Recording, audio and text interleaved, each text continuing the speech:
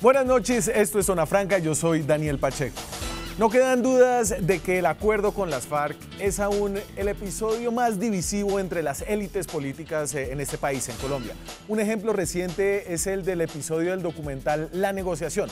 El documental, que se estrenó hoy en salas de Cine Colombia, fue un ejercicio de varios años de la periodista Margarita Martínez, quien tuvo un acceso privilegiado a todo el proceso de negociación de La Habana.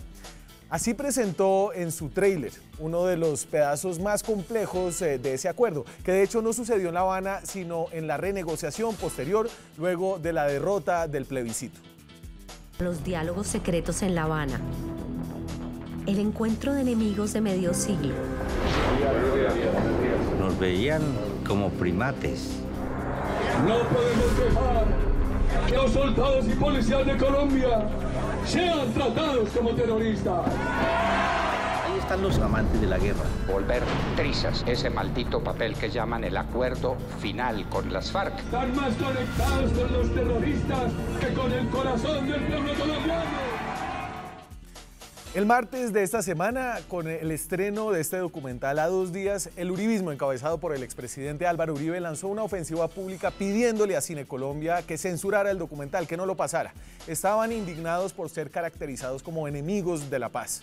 En un primer momento, el director de Cine Colombia accedió a parar su estreno por la presión del uribismo, pero luego de sufrir una oleada de críticas de los detractores del uribismo, que súbitamente se volvieron fanáticos de un documental que había pasado y había tenido una acogida discreta, como suele pasarle a los documentales en Colombia, Cine Colombia decidió reconsiderar su censura y estrenar el documental como estaba planeado. Hoy lo pueden ver en Cine Colombia. Este episodio es diciente de varias maneras. Sobre todo muestra que, a no ser por los odios entre élites políticas, entre detractores y promotores del uribismo, el acuerdo de paz pasaría por debajo del radar de la opinión pública, 2 años después de su firma. Hoy está más interesada esa opinión pública en otras cosas. Hoy las calles se llenan por los estudiantes y no por o contra las FARC. Segundo, muestra este episodio del documental que el gobierno no está interesado en polemizar alrededor del acuerdo de paz. Sobre el documental el gobierno no dijo absolutamente nada, guardó total silencio. Pero también lo hizo en el 2º aniversario de la firma del Teatro Colón del acuerdo de paz. No hubo eventos oficiales ni funcionarios del gobierno en los eventos no oficiales. Y este silencio se está convirtiendo, se preocupan algunos, también en un silencio de la implementación, que es otra forma de diluir el acuerdo con las FARC, sobre todo si dura 4 años. Aquí arranca Zona Franca.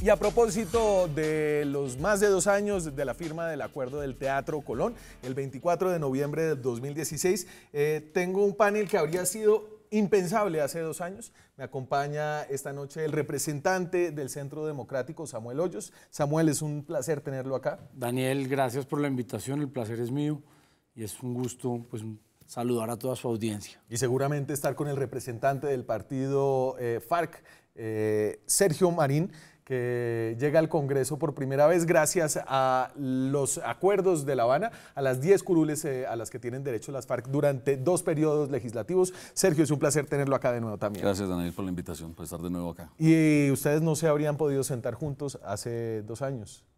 Pues estamos sentados casi todos los días en el Congreso, no nos vamos a sentar en un programa de televisión. Todo es posible. Andrés Bermúdez es periodista. Es el editor de un reciente libro que se llama, ¿cómo es que se llama, Andrés? Muchas gracias por la invitación, Daniel. Se llama Los debates de La Habana, una mirada desde adentro, y fue un libro que escribimos con 30 de los asesores técnicos que participaron en la negociación en el equipo de gobierno. Usted participó, usted es exfuncionario de la oficina del Alto Comisionado y participó en esa oficina. Yo trabajé, sí, pero no en la negociación, digamos. No en la negociación. Con 30 que sí estaban en la mesa. Y usted trabajó para la oficina del Alto. Estoy validando su papel aquí, Andrés, en este programa. ¿Cómo le fue? Muy bien. ¿Estuvo en La Habana? Sí, también. ¿Y qué tal? Estuve en la firma, sí. ¿Estuvo en la firma? ¿Cuál de todas? Sí, la primera. Fue como en la recta final. Porque, a ver, ojo, la de Cartagena. Ah, no, hubo una en La Habana. Una en La Habana y otra en el Teatro Colón. Y la de Cartagena. Pero pues, eso fueron fiestas, eso no fueron firmas. Pero sí hubo una firma y La todo. Habana se firmó un documento. Ahí, pero no. Y después la real firma es la de la aprobación en el Congreso, que tiene fecha de 1 de diciembre. Pero el acuerdo que debería estarse cumpliendo fue el que se firmó en el Teatro Colón. Ese es un objeto de debate. ¿Cuál sería el acuerdo y cuál es el acuerdo que debería estarse cumpliendo? ¿No? Y creo que lo podemos discutir ahora. Yo simplemente les quiero arrancar poniendo el estado de la implementación según el Instituto Kroc. El acuerdo, y este es el primer acuerdo de paz en el mundo, si no me equivoco, que hace explícito quién debería ser el garante del análisis del cumplimiento de las distintas fases, y es el Instituto Kroc de la Universidad, ayúdeme Andrés, de Notre Dame, una universidad que queda en Estados Unidos, no es francesa. Y entonces ahí tengo lo que dice Borja Paladín, que es el director del Instituto Kroc, que es como hace un análisis por encima del estado de la implementación, y dice: en un análisis comparado y teniendo en cuenta que la implementación está prevista a 15 años, hay un importante nivel de cumplimiento. Borja Paladín, director del Instituto Kroc, y abajo esa gráfica muestra un poco los componentes del acuerdo según su nivel de cumplimiento. El rojo, que es más o menos 39%, es que no ha empezado, no hay ningún cumplimiento. Acuérdense, esto es una cosa que debe cumplirse a 15 años. Un nivel de cumplimiento mínimo tiene el 31% de los componentes, un nivel de cumplimiento completo tiene el 21% y un nivel de cumplimiento intermedio tiene el 9%. Esa es como la imagen por encima que hace el Instituto Kroc, Sergio, del acuerdo de paz de La Habana. No, del Teatro Colón, ¿cierto? Por encima, ¿usted cómo diría que se ve la vaina? Bueno, primero nosotros respetamos mucho el trabajo que ha hecho el Instituto Kroc, realmente es de resaltar, porque tiene un prestigio, es uno de los organismos que se dedica a estas tareas de verificación, de observación del desarrollo de procesos de paz más importante en el mundo. Pero también somos conscientes de la dificultad que tiene la tarea que ellos desarrollan. Te voy a poner un ejemplo: si el acuerdo de paz contuviera dos cosas, y una es entregarle papelería al nuevo partido en el que se transforme las FARC-EP, sí, y la otra es entregarle la tierra a los campesinos colombianos, y le entregan papelería al partido y no le entregan la tierra a los campesinos, entonces hay un cumplimiento del 50%. Entonces esa dificultad de cuantificar el desarrollo de los acuerdos, de su implementación, realmente es inmensa, y nosotros consideramos que la mejor posibilidad de tratar de entender hasta qué punto el acuerdo se ha desarrollado es ir a los territorios, sobre todo a los más afectados por el conflicto, aquellos en los que deberían estarse desarrollando unos planes de desarrollo con enfoque territorial, y preguntarle a la gente si consideran que después de la firma del acuerdo de paz sus condiciones de vida han mejorado, si la electrificación llegó, si las carreteras se arreglaron, si los colegios se mejoraron, si hay programas productivos que le garantizan al campesino vincularse al mercado nacional de una forma activa y protagónica, o si las cosas continúan tal cual como las teníamos en medio del conflicto. Y debo decir que ese informe del Instituto Kroc tiene corte mayo 2018, es decir, no logra mirar lo que se ha hecho en estos 3 meses del gobierno de Iván Duque, que creo que es un poco de lo que hablaremos un poco esta noche. Samuel, ¿usted por encima cómo ve la cosa? Pues Daniel, yo hago parte de la Comisión de Paz de la Cámara. Incluso hace un par de semanas estuvimos en Planadas, en el sur del Tolima, en una zona de concentración de antiguos guerrilleros de las FARC. Y lo que uno ve es que se les generaron una cantidad de expectativas a los campesinos, a los guerrilleros de la base, que el gobierno no le cumplió. Y uno ve las casas a medio hacer, los proyectos productivos no llegaron, pero hay algo que hay que decir, y no ha sido falta de voluntad de este gobierno. Y hay que repetirlo, a pesar del triunfo del no en el plebiscito, rechazando el acuerdo entre las FARC y el gobierno de Juan Manuel Santos, a pesar del triunfo de Iván Duque, cuyas mayorías lo eligieron pidiendo unos cambios al acuerdo, el gobierno ha tenido una actitud de desarrollar aquellos aspectos del acuerdo que representen un beneficio para la sociedad y un beneficio para la paz de Colombia, pero hemos insistido y el gobierno ha insistido en la necesidad de reformar algunos aspectos de ese acuerdo del Teatro Colón, que en teoría sería el último de los acuerdos. El renegociado con... Sí, lo que pasa es que nosotros consideramos que no hubo efectivamente una renegociación. Incluso nosotros no teníamos ningún mandato para renegociar el acuerdo. El pueblo se pronunció y en estricto sentido es no.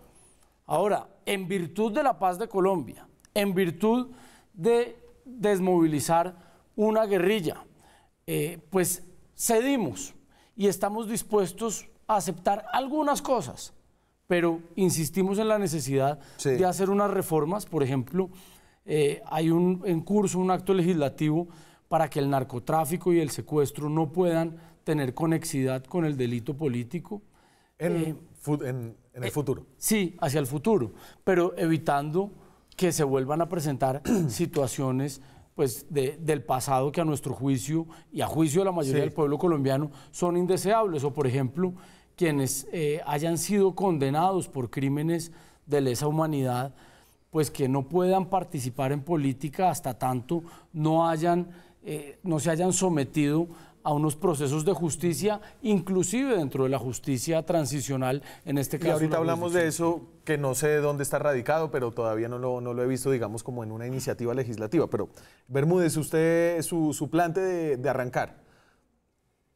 Yo creo que 2 años después del acuerdo, la realidad, digamos, es agridulce, pero yo soy optimista. Yo creo que ha habido unos cambios impresionantes que son, digamos, muy notorios. O sea, tuvimos la tasa de homicidios más baja en 30 años. Tenemos 118 personas que, digamos, víctimas de minas antipersonal al año, cuando veníamos de 1.000 por año, de 200.000 desplazados por año. Hace 8 años pasamos a 80.000, que todavía es inaceptable, pero yo creo que los indicadores de seguridad desde hace 15 años muestran una mejoría notable y progresiva. En el tema de homicidios no es tan claro que sea progresivo, ¿no? Hasta el 2017. Hubo un repunte entre 2017 y 2018 que sigue siendo como, no sé, el año número 28, si usted lo pone entre los últimos 30. Pero de todas maneras había unos cambios reales. Yo sí creo que por el otro lado lo que sucedió fue, digamos, después de una negociación tan seria, tan rigurosa, porque lo fue, y eso lo muestra el documental de Margarita Martínez que mencionábamos al comienzo. Hubo un desfase en el gobierno Santos de concentrarse demasiado en una implementación normativa y muy poca atención a realmente trabajar en cambiar, en transformar las condiciones en el terreno, que son al final, digamos, resolviendo algunos problemas que existen en las regiones más pobres y más abandonadas de Colombia, es donde realmente tenemos la posibilidad de evitar que se recicle la violencia. Y yo creo que ahí hubo un rezago que señalaba ahorita Sergio, y ahora le corresponde al gobierno de Iván Duque aprovechar, digamos, la situación en la que estamos para realmente o avanzar en consolidar esos indicadores que, digamos, que hemos venido mejorando a lo largo de 2 décadas, o definitivamente desaprovechar esa oportunidad. Y yo creo que habría que agregar a lo que dice Andrés, vea, también hay una situación muy compleja en esa, digamos, producto probablemente del acuerdo. Un incremento de los cultivos ilícitos de 200.000 hectáreas, no incremento, estamos en 200.000 hectáreas o más, un incremento de la violencia en las zonas donde hay mayor presencia de cultivos ilícitos y un aumento en la tasa de homicidios en esas regiones, y unos hechos de corrupción muy graves alrededor del Fondo Colombia en Paz. Lo que ha funcionado mejor han sido los aportes de cooperación internacional, pero los casos de corrupción en el Fondo Colombia en Paz del gobierno de Juan Manuel Santos son graves, los pusimos en evidencia en un debate en la Comisión Primera, y eso pues ha dificultado el acuerdo. Hace poco pero de eso, algunos congresistas citaron a un debate, estaba citado desde el gobierno anterior, y decía: no nos enreden la paz. Y uno se pregunta, ¿quiénes son los que han enredado la paz? Yo creo que lo que ha enredado la paz son esos casos de corrupción en el Fondo Colombia en Paz, son miembros de las FARC que, si bien estuvieron sentados en La Habana negociando con el gobierno de Juan Manuel Santos, hoy no han querido someterse a la Jurisdicción Especial de Paz y están prófugos de la justicia y algunos de ellos continúan delinquiendo. Los que están enredando la paz son ese 40% de miembros de las FARC que se habían desmovilizado y hoy han vuelto a la violencia. Pero la conclusión es, el que está enredando la paz no es el gobierno de Iván Duque, que ha mostrado gran disposición a pesar del triunfo en el plebiscito y a pesar del mandato que recibió de construir paz para Colombia. No, mentiras. No nos vayamos para allá, Samuel. Yo quiero resaltar, y es que en 2 años a uno se le puede olvidar una cantidad de las cosas que pasaron.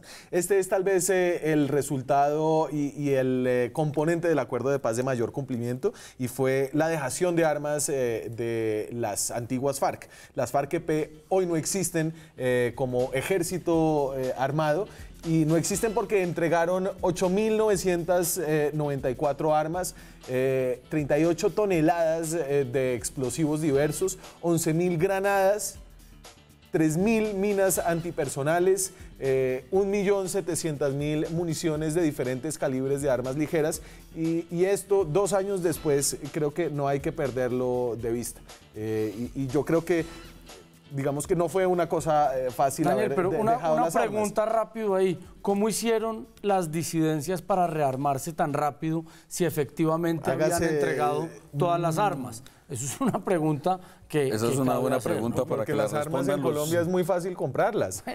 Esos circuitos de distribución de armamento ilegal en Colombia, que generalmente estaba dirigido por oficiales y suboficiales de las Fuerzas Armadas. Pero yo quiero señalar algo, Andrés, porque Samuel señaló la generación de expectativas, de grandes expectativas, de inmensas expectativas entre la guerrillerada y los campesinos en las regiones más afectadas por el conflicto. Y expliquemos un poco en qué pueden consistir esas inmensas expectativas. Dejemos de un lado la reincorporación de los excombatientes, que básicamente se resume en generación de proyectos productivos para que puedan hacer el tránsito de actores armados a personas en capacidad de generar unos ingresos para su propio sustento. Eso yo creo que es indiscutible. No pensaría uno, digamos, que hubiese una oposición cerrera a que ese proceso se dé, porque de la reincorporación económica depende, de los excombatientes depende en gran parte que no se recicle el conflicto tan fácilmente como tradicionalmente se ha dado en Colombia. Y hablemos de las expectativas de los colombianos, porque es que aquí, yo creo que ahí es donde está el centro de la discusión. Una cosa es que uno entienda una posición, ¿cierto? Otra cosa es que uno la comparta. Para mí es claro que el Centro Democrático y otros sectores, digamos algunos otros sectores, consideran que su futuro político depende de seguir manteniendo en la discusión del debate político colombiano el tema de la guerra. Pero yo creo que la mayoría de los colombianos ya no quieren la guerra, independiente que tengan observaciones frente al proceso de paz. Fíjate que es que el problema, o sea, lo uno no lleva a lo otro. Yo puedo tener observaciones frente al proceso de paz, pero eso no significa que esté planteando que el proceso se acabe y que retomemos nuevamente un conflicto tan doloroso que ya estamos superando. Y las expectativas de los colombianos estaban básicamente identificadas para el caso de los campesinos, en que les entreguen la propiedad sobre la tierra que han trabajado con su sudor durante largo tiempo. Eso no, digamos, esa no es una concepción, no es ni siquiera una posición que podríamos calificar de castrochavista, ¿cierto? ¿Quién le entregó la tierra a los campesinos en Francia? ¿Quién le entregó la tierra a los campesinos en el Japón a finales del siglo XIX? ¿Quién le entregó la tierra a los campesinos en Alemania? Gobiernos burgueses. Es decir, no fueron revoluciones socialistas ni nada que se parezca a la que dijo, hombre, el campesino tiene derecho a tener la propiedad sobre la tierra que trabaja. Pero en Colombia venimos de una confrontación de 200 años, porque esto no empezó hace 50, en la cual a los campesinos los obligan a abrir tierra virgen, y después llegan los terratenientes, los latifundistas, con operativos militares y paramilitares, desplazan a la gente y se quedan con esas tierras, y el campesino ¿qué hace? Pues más para adentro. ¿Por qué probablemente puede haberse dado un proceso de aumento de cultivos? Porque es que el acuerdo de ninguna parte decía, fírmese el acuerdo de paz e inmediatamente desaparecen los cultivos de uso ilícito. Lo que decía el acuerdo es, firmado el acuerdo, debe el Estado generar unas condiciones materiales, sobre todo materiales de infraestructura, de desarrollo social y económico en las regiones, que haga que paulatinamente los campesinos se integren al mercado nacional. Sí. Y el mercado nacional es un concepto natural del desarrollo de la economía, no es nuestro ni siquiera. Y eso usted está diciendo, Daniel, que no ha pasado. No ha pasado. ¿Dónde están las carreteras? ¿Dónde está la infraestructura? ¿Dónde está la inversión del Estado? Una breve réplica. Yo creo que las FARC o el partido FARC y quienes apoyaron y promovieron el acuerdo con las FARC, deberían reconocer en el Centro Democrático y en el gobierno del presidente Duque una actitud de grandeza. Porque bien habríamos podido hacer trizas los acuerdos acatando el mandato popular del 2 de octubre de 2016, pero entendiendo la necesidad de construir paz para Colombia, pasar la página, hemos cedido y aceptado muchas cosas, sin renunciar a solicitar unas modificaciones que el pueblo reclama. Entonces, nosotros hemos cedido.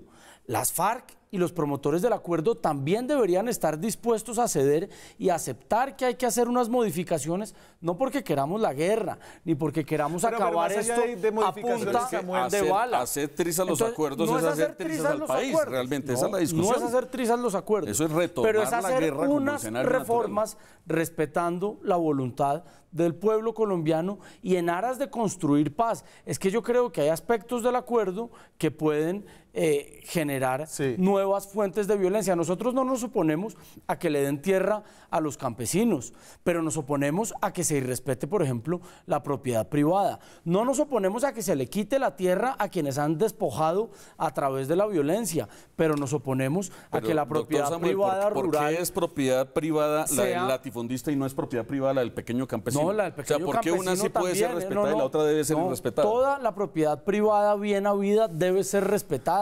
Hay que perseguir a los despojadores de tierra a través de la violencia y en esto hay que decirlo. Entreguémosle la tierra a los campesinos también, a la tierra que las FARC le quitó a miles de campesinos. A la pausa, el componente de desarrollo rural del acuerdo de paz es de los menos desarrollados, de los 5 grandes componentes que tenía. Y hablando de lo que piensa la gente hoy del acuerdo de paz 2 años después de la pausa les muestro lo que piensa la gente aquí en Bogotá, a la pregunta de si valió la pena o no valió la pena. Ya regresamos. Seguimos en Zona Franca. Hace más o menos 6 años, en el 2012, arrancó este proceso de paz, primero en una fase secreta, luego una fase de negociación larga en La Habana, luego una fase de renegociación en Colombia, un plebiscito, una elección presidencial. 6 años después, ¿qué piensa la gente? ¿Valió la pena todo esto? Le preguntamos a la gente aquí en las calles de Bogotá, esto es lo que dijeron. Después de 8 años, sumándole las negociaciones y todo lo que pasó, ¿usted cree que valió la pena hacer el acuerdo de paz con las FARC? Sí, valió la pena. Lo que pasa es que no lo han sabido mantener ese negocio. No, porque sigue la violencia y no se ha hecho nada para mejorar. Sí, sí valió la pena. La gente está más tranquila, sí. A mí me parece que no hay nada. Pues yo considero que sí valió la pena porque de pronto nosotros que estamos aquí en la ciudad no sentimos tanto como la agresión, sí, pero las personas que verdaderamente estaban sufriendo, la paz sí era necesaria, que hacen falta muchas cosas porque el colombiano desgraciadamente desde su interior no es un colombiano de paz y eso es cierto. Si hubiera podido buscar otras formas. Seguir combatiéndolos, me imagino. Sería una parte. Valió la pena. Un pueblo en paz prospera, crecemos. No vemos de qué soluciones le van a dar a las personas que sufrieron eso. A las víctimas. A las víctimas, claro, mamita. Pero ellos sí se beneficiaron en las curules. ¿Cuál acuerdo? ¿Cuál acuerdo? El acuerdo de... ¿Se hizo algún acuerdo? Sí, señor. Hace 2 años se firmó la paz con las FARC. ¿No sabía? No tenía ni idea. Bueno, pues esa fue una noticia mundial. Me extraña que no sepa. No. Se trató de hacer como algo, pero... No, hace 2 años se selló el acuerdo y las FARC se desmovilizaron. No, yo no tenía ni idea. ¿Usted qué piensa hoy de Juan Manuel Santos? Lo único bueno que hizo él fue el proceso de paz. Para lo que se está viendo ahora, hubo más paz y hubo más tranquilidad. Con referencia a otros presidentes que fueron peores, creo que todos sabemos, al menos no necesita escolta. Tipo puro estilo inglés, o sea, muy hipócrita. Traidor y mentiroso. Zona Franca, es increíble. ¿Usted qué estaba diciendo del señor que no sabía que se había firmado un acuerdo? Yo creo que él está en el 1% que responde en las encuestas que no conoce quién es Álvaro Uribe Vélez, por ejemplo. Yo creo que estaba tratando de sabotear el sondeo. Oiga, y se me olvidó preguntarle, ¿usted va a ir a ver el documental? Pues no sabía la existencia del documental, lo hicieron famoso hoy con la polémica. Y lo hicieron ustedes. Para poder pronunciarme al respecto tendré que verlo. Esa es la mejor actitud, porque mucha discusión sin haberlo visto hasta ahora. A ver, Andrés, volvamos, reencaminémonos a lo que han sido estos 2 años.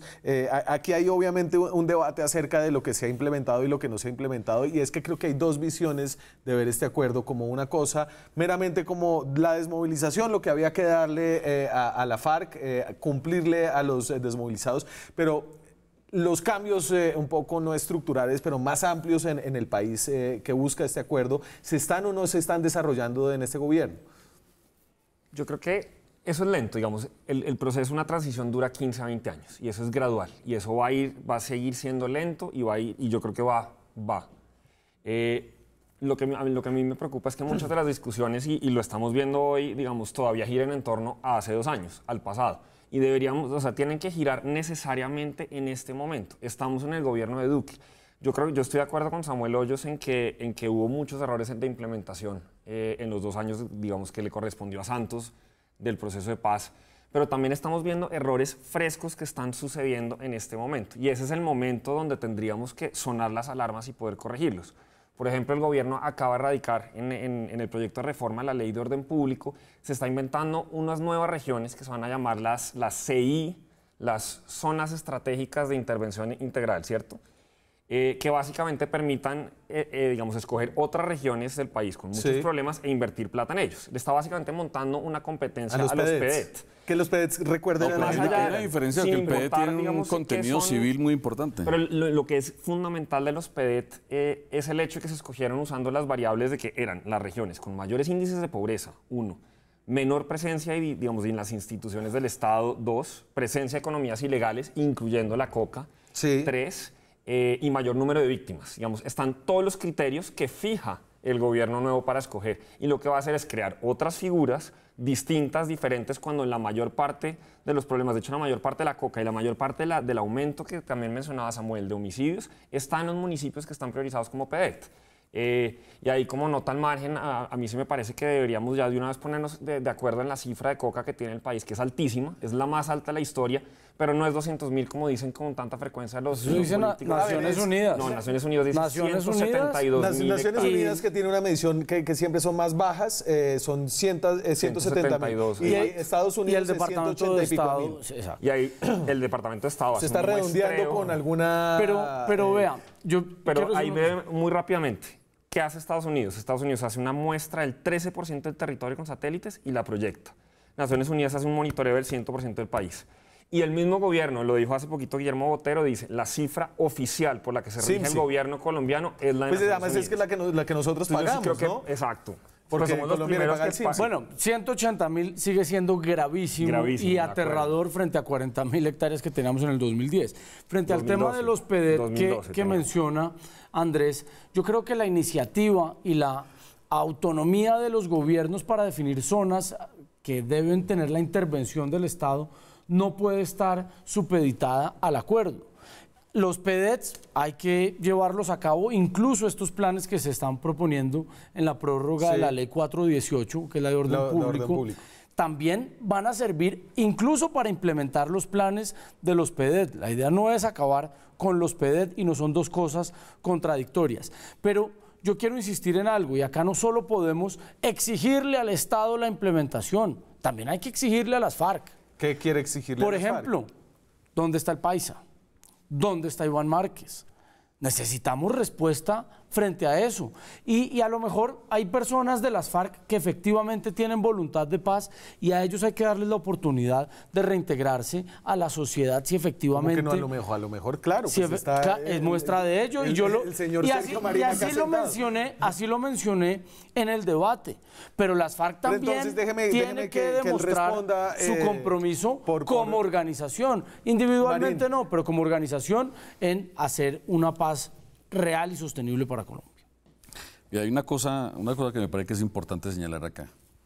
Una cosa es, eso es verdad de perogrullo, pero me parece que para el debate es fundamental. Una cosa es hacer oposición, otra cosa es gobernar. El uribismo se opuso a la firma del acuerdo, al desarrollo del proceso, siendo oposición, es decir, no ejerciendo el papel de gobierno, lo asume ahora con el doctor Duque, y pues por supuesto tiene que darle respuesta al país distinta a las que le daba en campaña. En campaña electoral era posible, y de alguna manera hasta les resultó fructífero, lanzar una serie de aseveraciones, digamos, falsear un poco lo que era el proceso y su desarrollo. Ya ahorita, por ejemplo, sabemos que el país no se le iba a entregar a las FARC, que el país se le iba a entregar a Luis Carlos Sarmiento Angulo, ¿cierto? Eso lo saben los colombianos hoy, no lo sabíamos hace 3 meses, ¿sí? Efectivamente, nosotros tenemos... Pero usted ya está muy político porque esquivó la pregunta. Pero a lo que quiero llegar es que efectivamente el gobierno hoy tiene un reto inmenso y ya no puede seguir respondiendo sobre la base de prender... Acuérdese que una cosa es el Centro Democrático y otra cosa es el gobierno, y aquí el representante... Bueno, pero eso es algo que tiene que explicar el gobierno, porque uno mira en el Parlamento. ¿Quién es la ministra del Interior en este momento en Colombia? Paloma Valencia, Nancy ¿cierto? Patricia. Sí, bueno, pero quien da las órdenes no es ella. No haga, digamos, entremos al tema de... Entonces el gobierno de Duque, perdemos que ser serio, el gobierno de Duque tiene que comprometerse. Nosotros en el debate les preguntamos, no únicamente nosotros, sino otras fuerzas políticas, respondan con claridad. ¿Están interesados en que este proceso avance, se consolide, se desarrolle? ¿O vamos a seguir manteniendo el tema de la paz como un tema para debate político? Sería muy útil que una persona como usted hiciera un llamado al Paisa y a Márquez para que se someta y comparezcan ante la nosotros lo hemos justicia. dicho precisamente, no es lo mismo, Andrés, pero déjame decirte una cosa. Someterse, claro, la JEP es un tribunal de justicia nosotros no queremos señalar, que el hecho que algunos compañeros estén apartados de alguna manera de lo que es el proceso en este momento no tenga unas implicaciones, pero sí es, desde nuestra perspectiva, no equivalente el hecho de que no esté el Paisa Óscar o no esté Iván Márquez en este momento al frente de esta pelea que estamos dando, con que no se haya, por ejemplo, entregado la tierra a los campesinos, con que, por ejemplo, se sigan asesinando a los dirigentes sociales. O sea, no es equivalente. Sergio, no podemos... Es muy grave porque en el acuerdo, y ustedes lo hicieron así, las víctimas estaban en el centro del acuerdo. Sí, y Óscar el Paisa es usted, y usted lo sabe, fue el líder de una de las agrupaciones dentro de las FARC, de la columna Teófilo Forero, que dejó más víctimas en Colombia y que protagonizó los episodios más duros. Nosotros no hemos negado que es una... Entonces, la ausencia de él no es cosa menor. La ausencia de él y su reticencia a presentarse y a incumplir las obligaciones frente a la justicia transicional no es cosa menor. Y yo entiendo que usted entiende eso, ¿o no? Sí, realmente lo que no es menor es que se quiera afectar el sistema integral de verdad, justicia, reparación y garantía de no repetición. Eso es lo que realmente es grave. Porque nosotros no hemos negado, primero, nuestras responsabilidades y nuestra disposición a aportar verdad en ese escenario que fue el acordado, pero también hemos hecho el llamado, entre otras, a que el país en su conjunto se vincule al proceso. Y que además, digamos, los hechos victimizantes, y no son cifras nuestras, son cifras de organismos nacionales e internacionales muy prestigiosos, tasan en por lo menos un 75% de las víctimas en Colombia, como responsabilidad del Estado y de organismos paramilitares. Entonces todos tenemos que ir a comparecer. ¿Por qué hay sectores? Pero eso es una pregunta. ¿Por qué hay sectores en Colombia interesados en sabotear el desarrollo de la jurisdicción especial? Al margen de la discusión del Paisa y de Iván Márquez, que es relevante, pero yo sí creo que hay una cosa que es fundamental, Sergio, y es, digamos, una de las grandes esperanzas que traía el acuerdo de paz, que trae todavía, es que y esa es la belleza de la manera como se armó el modelo de justicia transicional, que es muy ambicioso y que está en la mira de todo el mundo porque es realmente innovador e interesante lo que está proponiendo Colombia. Y es el tratamiento penal especial para los integrantes de las FARC y para agentes públicos que cometieron delitos está condicionado a que hagan 3 cosas. Un reconocimiento de responsabilidad, contar la verdad y reparar a las víctimas. Digamos, una de las esperanzas más grandes que hemos tenido es que ese tipo de acciones que hubo, como por ejemplo en Bojayá, en Cali con los diputados del Valle, se multiplicarían durante los primeros años de implementación. Y tristísimamente hace rato no los hemos visto, digamos, no hemos visto a las FARC, y no únicamente, pero entre otros actores volcados, genuinamente organizando, digamos, con las víctimas, de la mano de ellas, eventos en los que no solamente reconocen la responsabilidad, sino que genuinamente piden perdón. Yo siempre tuve la esperanza de que íbamos a entrar en un momento en que este tipo de acciones iban a ser comunes, y yo creo que ahí sí las FARC todavía pueden dar muchísimo más pasos hacia adelante. Yo te pongo un ejemplo. Se acaban de conmemorar los 20 años de la toma de Mitú en el departamento del Baupés. Con una serie de organizaciones y de personalidades políticas del departamento del Baupés, estamos pensando precisamente en organizar un evento de este tipo.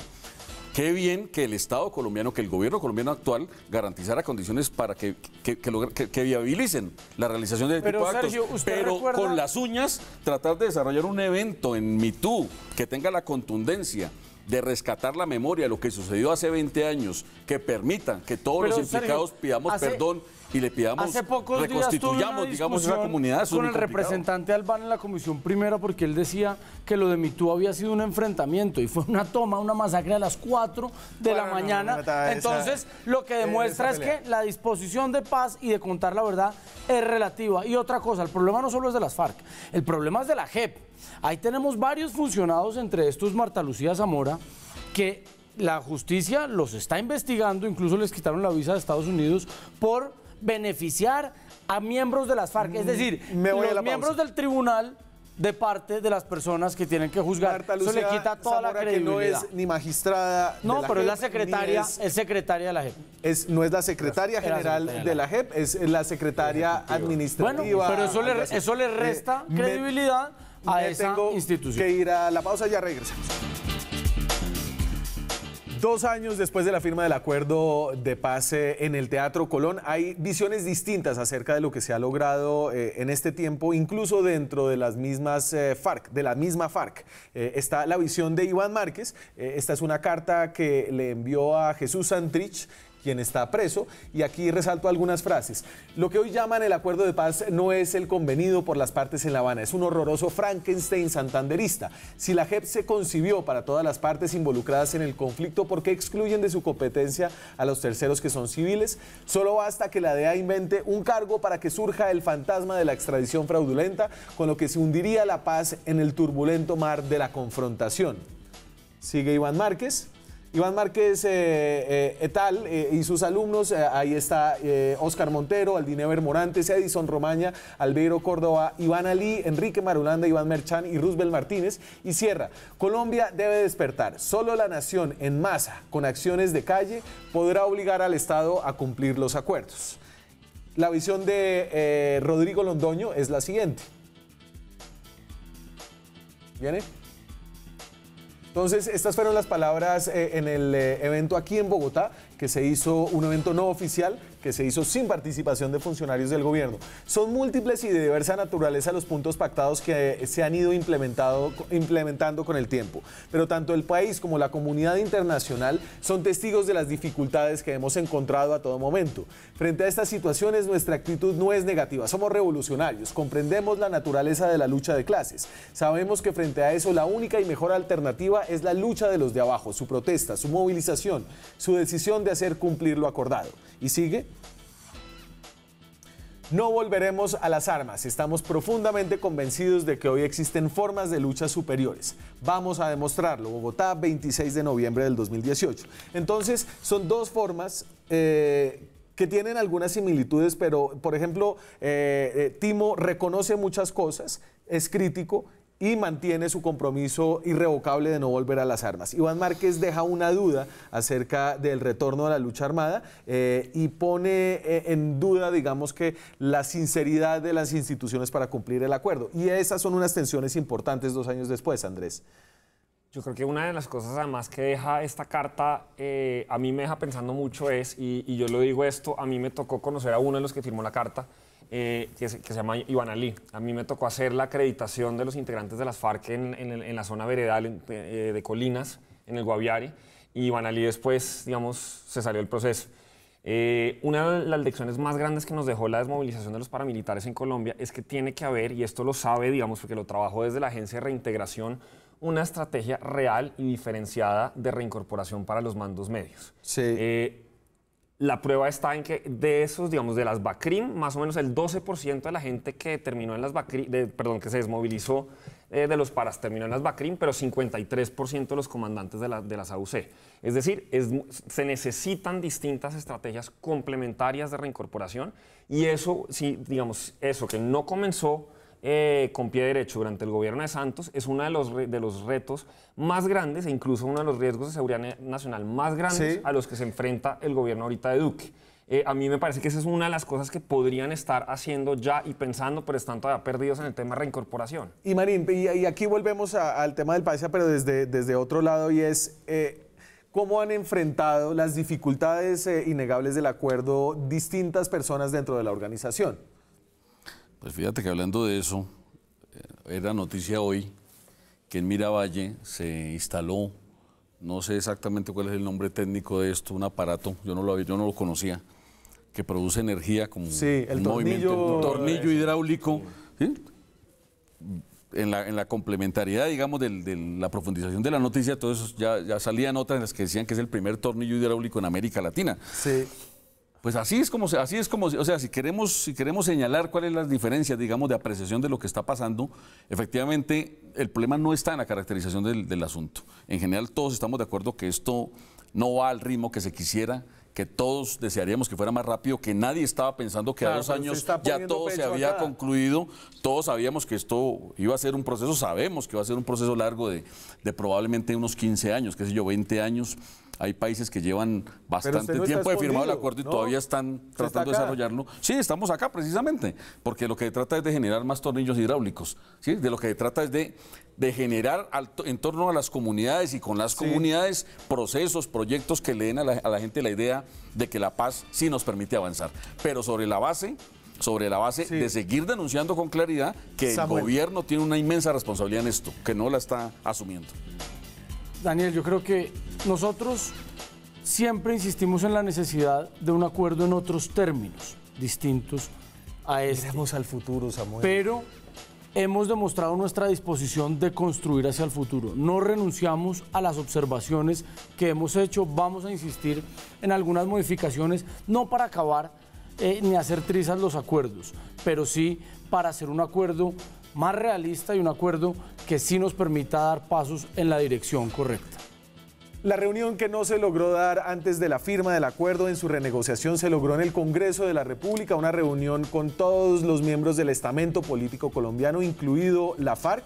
Se dio en la Comisión Primera del Senado, lo que implicó esa reunión y esa discusión que todavía sigue acerca de modificaciones a la Jurisdicción Especial de Paz. Ya regresamos. Y esta es la imagen, ahora que celebramos, conmemoramos o lamentamos, según cada quien, los 2 años de la firma del Acuerdo de Paz. En la Comisión Primera, la oficina de Ernesto Macías, ahí está Álvaro Uribe, está el Partido Liberal, está Iván Cepeda, está Petro, está Victoria Sandino, ahí veo a Lozada, Carlos Antonio Lozada, está Pablo Catatumbo, hablando sobre modificaciones a la JEP. Y yo creo que estas imágenes tienen un significado enorme, Andrés. Sí, yo creo que realmente para mí fue uno de los momentos, digamos, más impresionantes de estos 2 años y por una razón fundamental, y es que está probado a nivel internacional que las transiciones más exitosas son las más incluyentes, las que logran congregar al mayor número de sectores. Y eso puede suceder en el tiempo. En Irlanda del Norte hubo un segundo acuerdo varios años después del Viernes Santo, al que se montaron otros partidos, y eso ayudó a construir no solamente legitimidad, sino también sostenibilidad. Y yo creo que por eso me parece muy importante el mensaje que da Samuel acá. Digamos, necesitamos construir sobre lo construido. Eso implica, en cierta forma, digamos, no dejar atrás las discusiones del pasado, pero sí construir sobre lo que está adelante. Y el acuerdo es un buen material para seguir construyendo. Digamos, hay un montón de cosas que se pueden hacer. Samuel acaba de decir que el gobierno, digamos, y el partido de él están de acuerdo con muchos de esos temas, como por ejemplo los que están en el capítulo de desarrollo rural. Y yo sí creo que es una oportunidad única para seguir construyendo consenso. Esa es una construcción en proceso, Sergio, ¿no? Digamos que ustedes se apartaron del acuerdo que se logró ahí, pero siguen acompañando esta negociación. Yo creo que una de las grandes tragedias, bueno, no sé si la palabra sea tragedia, pero las grandes dificultades de este proceso es que en el seno del uribismo se dio una discusión que implicó un rompimiento entre Álvaro Uribe y Juan Manuel Santos. Y eso ha tenido consecuencias. El acuerdo de paz en Sudáfrica se firmó con los jefes del apartheid, es decir, con los líderes históricos de los supremacistas blancos, con Freire y de Klerk, etcétera. Y pues, de alguna manera eso permitió que eso se consolidara, porque se firmó entre los adversarios, entre quien tiene que firmarse los acuerdos de paz. En El Salvador, por ejemplo, el acuerdo se firmó entre el Frente Farabundo y Arena. La Alianza Republicana Nacionalista es un partido que podríamos decir equivalente en Colombia a que el paramilitarismo tuviera un partido político. No sé si lo tenga, ¿no? Pero vamos a suponer que lo tuviera, ¿cierto? Sería con ese partido con el que se hubiera firmado el acuerdo. En Colombia, de alguna manera, hay unas fuerzas políticas, unos sectores que no compartieron y deberían integrarse. Me parece que se han generado espacios, no sé si de la mejor manera, de la mejor forma, pero paulatinamente se van abriendo posibilidades de que esos sectores se integren y ahora desde el gobierno, pues por supuesto que asuman una responsabilidad ante el país, porque aquí no se trata únicamente de la confrontación con las FARC, aquí se trata del futuro de Colombia, es decir, de guerras civiles estamos llenos en nuestra historia. Vea, a mí me preocupa que... Esa le llega a usted, a Comisión Primera. Hay gente que no quiere la paz y siempre van a encontrar excusas para decir es que nos están incumpliendo, es que el gobierno no nos da, es que el gobierno no quiere, es que hay unos partidos políticos y eso... digamos, eso lo que pone en evidencia es que no tienen capacidad de echar para adelante. La paz de Colombia no depende de ese acuerdo. Ese acuerdo puede tener algunos aspectos que resulten positivos y esos hay que mantenerlos.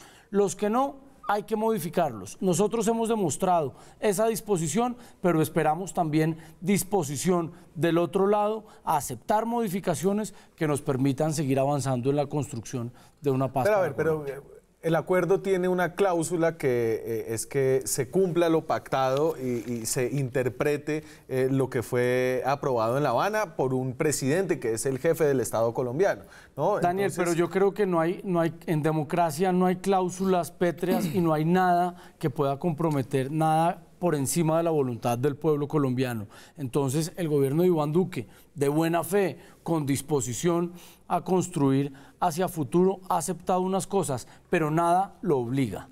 Nada obliga al pueblo colombiano a ese acuerdo. Nos obliga. Su palabra. No, porque es que la palabra es la del pueblo y el pueblo se expresó. Lo que nos obliga es nuestra disposición pero eso aplica, a construir. Eso aplica, por ejemplo, a los TLC también aplica la misma lógica. Los TLCs se han hecho conforme a las leyes colombianas. Exactamente como y hay este que acuerdo. respetarlos. El acuerdo está blindado internacionalmente porque fue firmado de acuerdo al Convenio de Ginebra. El acuerdo desconoció reconocido por el Consejo de Seguridad de Naciones Unidas y a nivel interno del Parlamento. No obstante a eso, hemos demostrado nuestra disposición a construir hacia futuro sin renunciar. Eso que usted dice, puede ser gravísimo para la institucionalidad colombiana. En el fondo no es un tema legal, digamos. La manera más fácil de que el acuerdo no funcione es dejándolo morir por inanición. Por eso lo que necesitamos son consensos sociales y acuerdos políticos para que sea sostenible y se lleve a cabo en el tiempo. Se me acabó el tiempo. Alcaldía de Bogotá, presidencia de la Cámara de Representantes. No, si el partido me elige como su candidato, voy a ser su candidato. Sería un honor para mí. No, pero necesitamos gente pila en la tiene que renunciar. Primera, pero tiene que renunciar para someterse a esa... Tendría que renunciar antes de la inscripción y para eso falta mucho, así que todavía es un escenario que no hay ni siquiera que contemplar. Perfecto, muchas gracias. Se decepcionarían de usted. Muchas gracias a ustedes, señores, Sergio, Samuel, Andrés, muchas gracias. El libro, échese la última... No, es gratuito. Esto lo escribieron 30 asesores técnicos de La Habana, de la delegación del gobierno. Sí. Y la razón es que la mayoría de los debates duros que se dieron en la negociación siguen siendo los mismos debates que estamos viendo. Se puede descargar, es gratuito en la página de... El Instituto para las Transiciones Integrales. Pero usted pone el enlace en Twitter. Muchas gracias a ustedes, muchas gracias a ustedes. Nos vemos mañana con más periodismo, con más debate, con más opinión. Chao.